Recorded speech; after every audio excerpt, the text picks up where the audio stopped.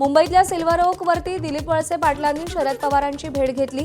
कांदा प्रश्न, सहकार क्षेत्र आणि रयत शिक्षण संस्थेशी निगडीत प्रश्नांवरती भेटीदरम्यान चर्चा झाल्याची माहिती।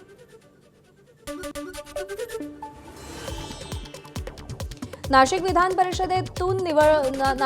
परिषद निवडणुकीतून गणेश गीते अर्ज मागे घेणार। युती धर्म पाळला पाहिजे म्हणून अर्ज मागे घेणार असल्याची गणेश गीतेंची माहिती। गोकुळ गीते संपर्कात नाहीत, ते अर्ज मागे घेणार की नाही माहीत नसल्याचं गीतेंनी स्पष्ट केलं।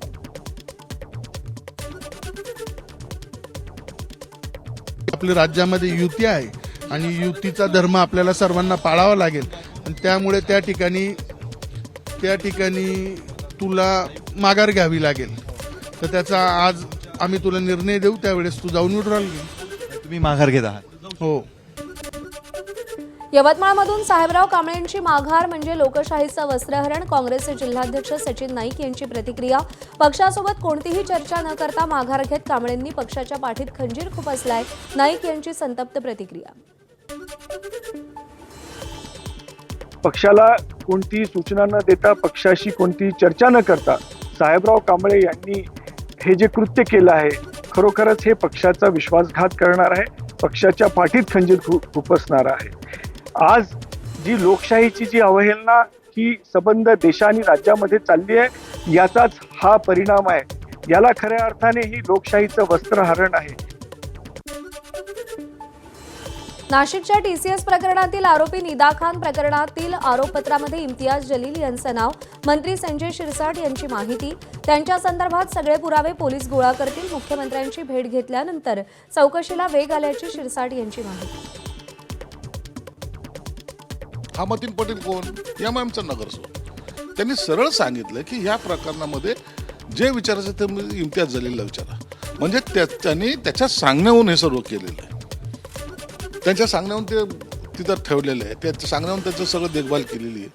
म्हणून इम्तियाज जलील हा मेन त्याच्यामधला कटामधला एक सूत्रधार आहे, एक आहे, असे अनेक जण आहेत, तो एक सूत्रधार आहे। म्हणून आता FIR मध्ये जेव्हा त्याचं नाव येतं त्या टायमाला त्याला नोटीस देऊन त्याला बोलवणं गरजेचं आहे, त्याची चौकशी होणं गरजेचं आहे आणि तो आता नाही म्हणलं तरी त्यातला एक आरोपी आहे हे सिद्ध झालेलं, म्हणून त्याच्यावर आरोपी त्याला बनवणं सुद्धा गरजेचं आहे। जसा शेकापच्या राजकारणाचा अंत केला तशी संधी मिळाली असती तर तटकरेंच्या राजकारणाचाही अंत केला असता। शिवसेनेचे आमदार महेंद्र दळवी यांचं मोठं विधान।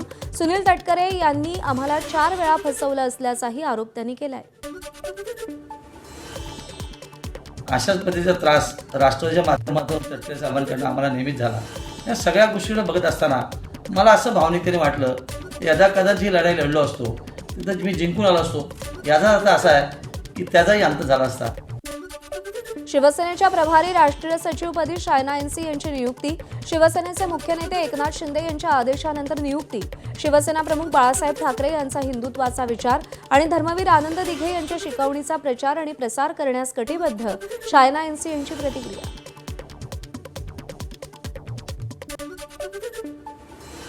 मुंबईतील अंधेरी सबवेमध्ये पावसाळ्यात पाणी साठत असल्यानं आता त्या ठिकाणी आदित्य पॅटर्नचा वापर करण्यात येणार असल्याची माहिती आहे। भाजप मुंबई अध्यक्ष अमित साटमांच्या पुढाकारानं 500 कोटींच्या भूमिगत टाक्यांचा प्रस्ताव। अंधेरी परिसरात 3 मोठ्या भूमिगत पाणी साठवण टाक्या उभारण्याचा महापालिकेचा विचार। तुळजापुरात शिवराज्याभिषेक सोहळ्यावरून वातावरण तापण्याची शक्यता। 6 जूनला तुळजाभवानी मंदिरात शिवराज्याभिषेक सोहळा साजरा करण्याची परवानगी द्या, मराठा क्रांती मोर्चाची मागणी।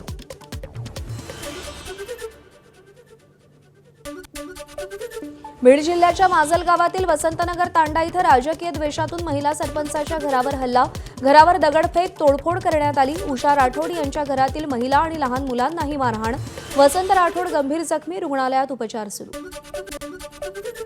पुण्यातल्या दौंड तालुक्यातील केडगावातील गर्भलिंग निदान रॅकेटची व्याप्ती वाढली। आरोपी अण्णासाहेब गिरी आणि त्याच्या साथीदार डॉक्टर अतुल जाधव या दोघांची न्यायालयीन कोठडीत रवानगी। दोघेही अद्याप फरार, आणखी काहींचा सहभाग असण्याची शक्यता।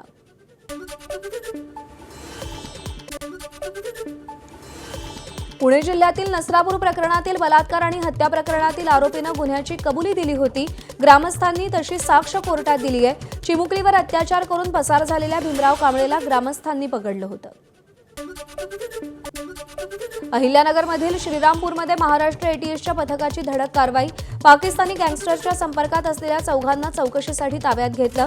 श्रीरामपूर शहर पोलीस ठाण्यात चौकशी. पाकिस्तानी गँगस्टर भटी आणि राणाच्या सोशल मीडियाच्या माध्यमातून संपर्कात असल्याची माहिती आहे. पुणे आणि पिंपरी चिंचवड विषारी दारूकांडात मोठा ट्विस्ट. सीआयडीच्या अटकेतील जगदीश चौबे आणि अभिषेक चौबे दोघं बापलेक. रेक्स इंटरनॅशनल कंपनी त्यांच्या मालकीची. दोघांनी खोट्या कागदपत्रांच्या आधारे योगेश वानखेडेला मिथेनॉल पुरवल्याचं तपासातून उघड.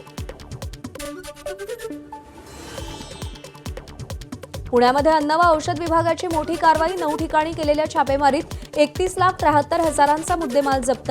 प्रतिबंधित अन्नपदार्थ साठा केल्याप्रकरणी संबंधितांवर गुन्हा दाखल. अंबरनाथच्या नामांकित कंपनीत 80 लाखांची फसवणूक. कंपनीचे माजी डिरेक्टर आणि सुपरवायझर यांनी बनावट बिलांच्या आधारे कंपनीला 80 लाखांचा गंडा घातल्याचा आरोप. दोघांविरोधात अंबरनाथच्या शिवाजीनगर पोलीस ठाण्यात गुन्हा दाखल. हिंगोलीतील गोरेगाव जिल्हा परिषद शाळेवर बालकामगारांचा वापर. 500 रुपये रोजानं काम करत असल्याची अल्पवयीन मुलाची कबुली. लहान मुलांचा काम करत असल्याचा व्हिडिओ व्हायरल. संबंधित कंत्राटदारावर कारवाई करण्याची मागणी. मुंबईतील पश्चिम द्रुतगती मार्गावर सलग दुसऱ्या दिवशी बस आणि कारमध्ये अपघात. घटनेत सुदैवानं कोणतीही जीवितहानी नसली तरी कारचं मोठं नुकसान झाल्याची माहिती. अपघात नक्की कशामुळे झाला यामागचं कारण अस्पष्ट.